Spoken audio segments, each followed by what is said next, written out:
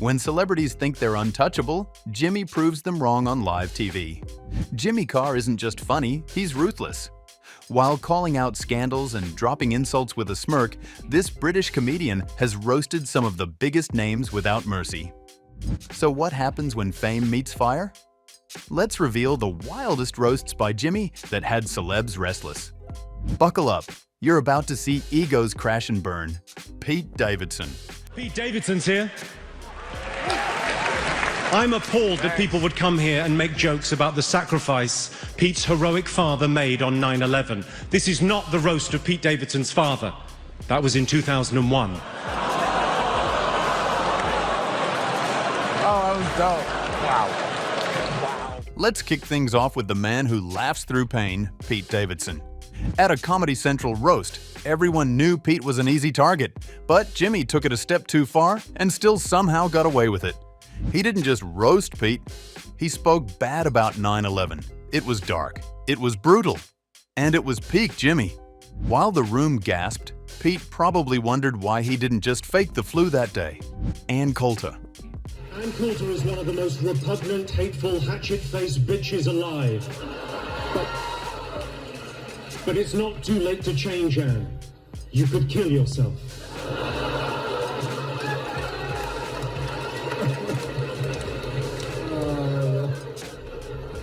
Anne Coulter looks so much like a truck stop transvestite whore that I saw Jeff Ross run to an ATM just before the show. But just when you thought Pete had it bad, Jimmy turned to Coulter and basically let the devil out. From calling her hateful to comparing her to a horror show at a truck stop, Jimmy's roast was so savage, even the mic looked scared. And then came that legendary jab about her being so old and dry, she could draw for the New Yorker.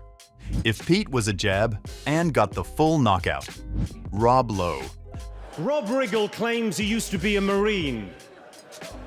But he also claims he's now a comedian, so I don't know what to believe.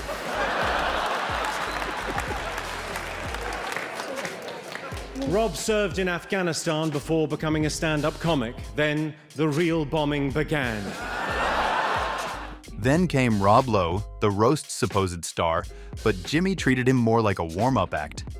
He dug up Rob's past faster than a TMZ intern on caffeine. With jokes about underage scandals and failed movie careers, Jimmy turned Rob's Hollywood charm into ashes. And the finishing move was thanking him for letting them roast Charlie Sheen's brother's friend. That wasn't just a burn, it was a branding. Andrew Tate.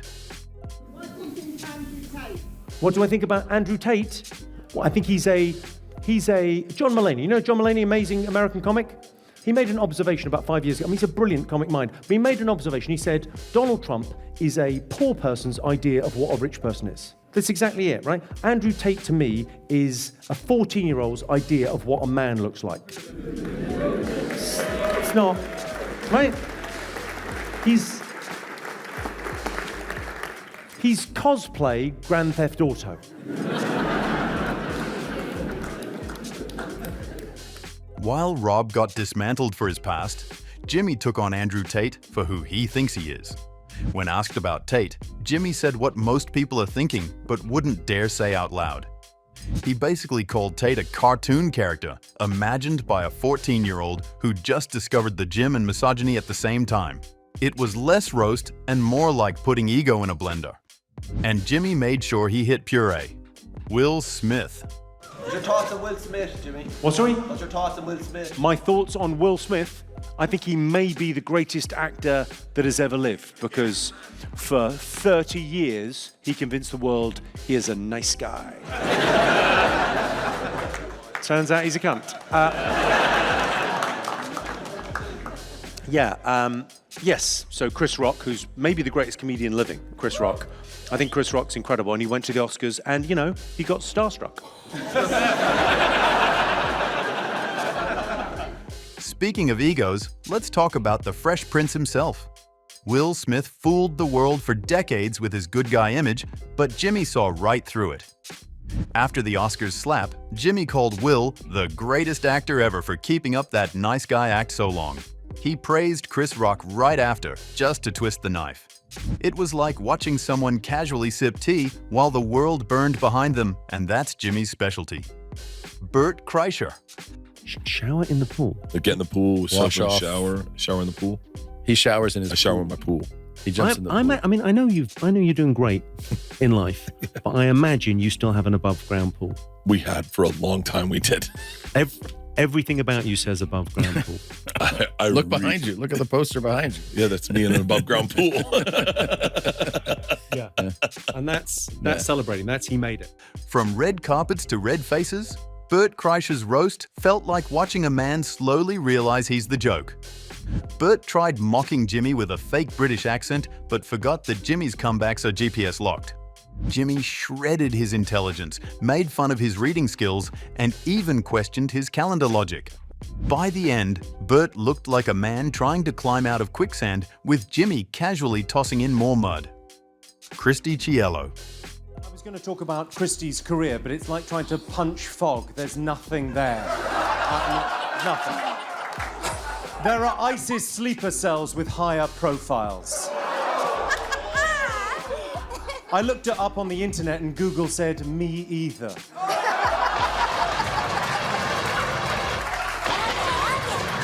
the is happening? What was that one? What? Bert might have been roasted softly, but Christy Chiello's turn felt like a career funeral. She tried hitting Jimmy with tax and Trump jokes, but he just stared, blinked, and nuked her entire presence.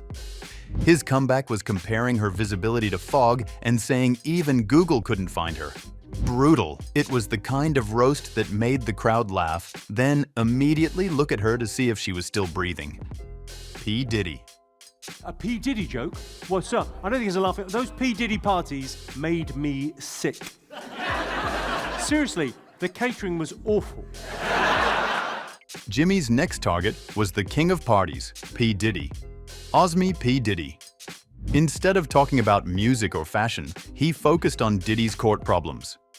He joked about how Diddy's name sounds different when lawyers are involved, turning it into a clever punchline. Jimmy made fun of how someone who used to shine at parties could end up in such serious trouble. But he wasn't done. He even joked about the food at Diddy's famous parties, saying it wasn't as great as people thought. With just a few sharp jokes, Jimmy made fun of Diddy's image, his parties, and his legal mess, all at once. Elon Musk. So people are saying that Elon Musk did a Nazi salute. And then all the debate online is Elon Musk a Nazi? Is Elon Musk autistic? Can't he be both? There's a lot of crossover. Autistics and Nazis. They both love trains. For the record, Elon Musk is not a fucking Nazi. It's just, you know. If Diddy got a legal slap, Elon Musk received an international slap with a side of outrage. Jimmy Carr launched a satellite directly into its den. During the height of the Nazi salute controversy that had Elon trending for all the wrong reasons, Jimmy found a way to address it with his signature dark humor. He brought up the irony of Musk being associated with Nazis and autism in the same breath, suggesting that if anyone could make trains terrifying and efficient at the same time, it would be Elon. Then, with fearless precision, Jimmy pivoted to Musk's South African roots, lacing his jokes with cultural references that made even seasoned comedians pause. He highlighted how Afrikaans, Elon's native language, sounds like every sentence is either a war command or an accidental confession. David Hasselhoff. The USA have foiled a terrorist attempt to take down a plane with a bomb hidden inside a man's underwear. I don't know how the detonator on a pants bomb works, but I really hope you get to say, pull my finger. We go at the end of the round. John, Rachel and Rob have 1 point. Sean, Justin and David have 2 points. Our next round is Pick of the Poll. Sean, Justin, David, what do you like the look of? Well, we've got a lovely picture of David there. I think we'll have to go for that. Okay. Jimmy's attack on Elon's roots smoothly drifted into his roast of another international icon named David Hasselhoff. The Hoff tried mocking the UK weather, but Jimmy clapped back so hard he might have caused another Baywatch reunion. From wardrobe burns to talent show takedowns, Jimmy reduced David to nothing more than a foreign guest who wandered onto Britain's Got Talent by mistake. And that's how you huff a legend off the stage. Simon Cowell. Simon Cowell spends £500,000 every year on his own personal security. That's an extraordinary amount of money, isn't it? £500,000 a year on personal security. Has Simon not considered being less of a cunt? Since we're already talking about judges, it was only natural for Jimmy Carr to lock eyes with Simon Cowell, the man whose smirk can send dreams straight to the recycling bin. Jimmy didn't hold back. He opened with a jab at Simon's infamous Botox routine, saying the only thing more frozen than Simon's forehead was Elsa's castle. He joked that Simon's face had been lifted so many times, it was now in a different time zone. And when Simon offered that smug grin, Jimmy leaned in and said, "Even your teeth look like they're trying to escape you." The audience howled. Simon didn't. Gordon Ramsay. Gordon Ramsay isn't just famous for his food, he's known for his temper too. So naturally, Jimmy Carr couldn't resist. On one panel show, Jimmy joked that Gordon is like a human horn, very loud and only useful in emergencies. He also joked that Gordon has the emotional range of a teaspoon and compared eating at his restaurant to paying someone to shout at your dinner. The digs were sharp, but delivered with Jimmy's classic deadpan charm. Gordon might be used to roasting others in the kitchen, but with Jimmy, he found himself as the main course. Angelina Jolie. I realise I haven't got much of a chance with Angelina Jolie. She's with Brad Pitt. I've got a face like a potato. My only chance with her is if I black up and check myself into a Mozambique orphanage. After the firestorm of Gordon Ramsay, Jimmy cooled it down with an absurd shift with Angelina Jolie.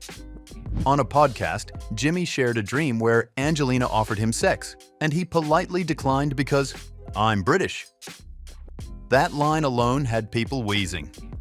But he didn't stop there. He said the whole experience felt like being handed a Ferrari and asking, "Does it come in beige?" He joked that Angelina cannot be with him right now since she's with Brad Pitt, and his own face is obviously shaped like a potato. Only Jimmy could turn a fantasy into a roast of himself and still make it a jab at Hollywood royalty. James Corden. Over there, but you should be presenting the show because what you're saying is what everybody at home is thinking.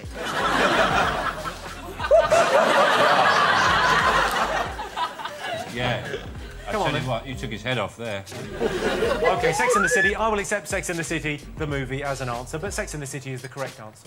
No, it's not. Sex and the City, the movie, is the correct answer. Sex and the City is a TV show on HBO. Things took a sharp turn when Jimmy Carr rolled his eyes toward James Corden. He described Corden as the human embodiment of an unwanted software update that's loud, bloated, and popping up when you least want it. He said James didn't leave the Late Late Show for family. He left because even LA traffic needed a break. And when James launched his musical bits, Jimmy joked it was the first time karaoke became a hate crime. The audience erupted. He even added that James is the only Brit in Hollywood who makes you miss Piers Morgan. Ouch. That one probably stung all the way back to London. Ricky Gervais. With one Brit down, Jimmy turned his gaze to Ricky Gervais. Now, these two have shared stages, but Jimmy never misses a chance to prod. He said Ricky looks like the guy who sells stolen watches behind a pub, but somehow got a Netflix deal. Then, he added that Ricky's laugh sounds like a haunted kettle boiling in reverse. Jimmy even managed a twisted compliment saying Ricky's humor is like Marmite, black, bitter, and something you either hate or pretend to understand at dinner parties. They both play in the dark comedy sandbox, but when Jimmy throws shade, even Ricky might need a flashlight. Meghan Markle. What's the pulse in the UK about them right now? I don't know. It seems... She's a right cunt. It seems very... I mean, it's my joke about her. I think it's a pretty good joke. I said Meghan Markle is, of course, a lifelong feminist, which she's demonstrated by marrying a prince and giving up her job. After poking fun at Ricky's underground charm, Jimmy aimed higher, right into Buckingham Palace. Meghan Markle was next. He reportedly joked that Meghan didn't leave the royal family for peace. She left because she ran out of ways to say, "I'm not being treated fairly." He added that she's the first woman in history to win the princess lottery and then file a complaint with HR. At a private event, Jimmy took it further by saying, if Meghan found a golden egg, she'd ask why it wasn't platinum. The roast was so brutal, insiders whispered he'd never be invited to another royal function. Somehow, he survived, even after calling Meghan a feminist. Stephen Fry. Because it can only lead to touching. I know you think you're doing a voice, but that is how you talk.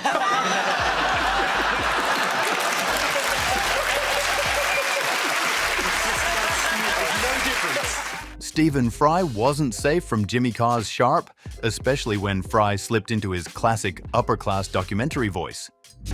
Jimmy mocked the way Fry naturally speaks, making it part of the act itself. Things got even more hilarious when Fry stumbled over a line about the Acropolis and Parthenon, accidentally mixing up the words. Jimmy quickly seized on the mistake, turning the awkward moment into a highlight of the show. He exaggerated the confusion for comedic effect, transforming Fry's verbal misstep into a running joke. It was a playful jab that showcased Jimmy's ability to turn small blunders into big laughs. Jeremy Clarkson. Oh, I thought that was just because people preferred Tarrant. What? That's not the heart. There's the crew going, oh. That's because they were promised Sean Locke. And then you got to ask me. Ask you? The humiliation. How desperate would I have to be to say, Jeremy, do you know? In a few minutes. Yeah. You're going to be doing it. Jeremy Clarkson didn't escape Jimmy Carr's line of fire either. During a Who Wants to Be a Millionaire show, Jimmy zeroed in on Clarkson's image and career, painting him as a symbol of chaotic British television. When Clarkson tried to show off, Jimmy fired back by mocking the unpredictability of his personality, making it seem like Clarkson belonged more in a padded room than on a racing track. Jimmy didn't need flashy insults, just a well-placed jab at Clarkson's public behavior and the absurdity of his fame. The roast was sharp, leaving Clarkson looking more like a punchline than a petrol head. Jimmy made horsepower look hilariously powerless. Michael Jackson. I could do a brilliant Michael Jackson impersonation. Would you like to see it? Okay, I just need a young volunteer that can keep a secret. Come on up. Yeah. What are you getting up for? What? Wait a second, this is a teachable moment. If a grown man beckons you forth as he undoes his flies, this is some stranger danger, son. Jimmy Carr has made many jokes about Michael Jackson over the years. He talks about how strange and unusual Michael Jackson's public life was. Jimmy doesn't shy away from the hard or awkward parts.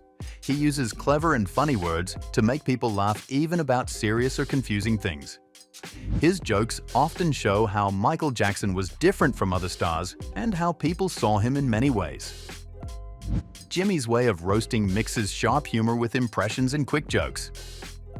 Even though some jokes are bold, Jimmy always keeps the crowd laughing and makes the moments very funny. Madonna.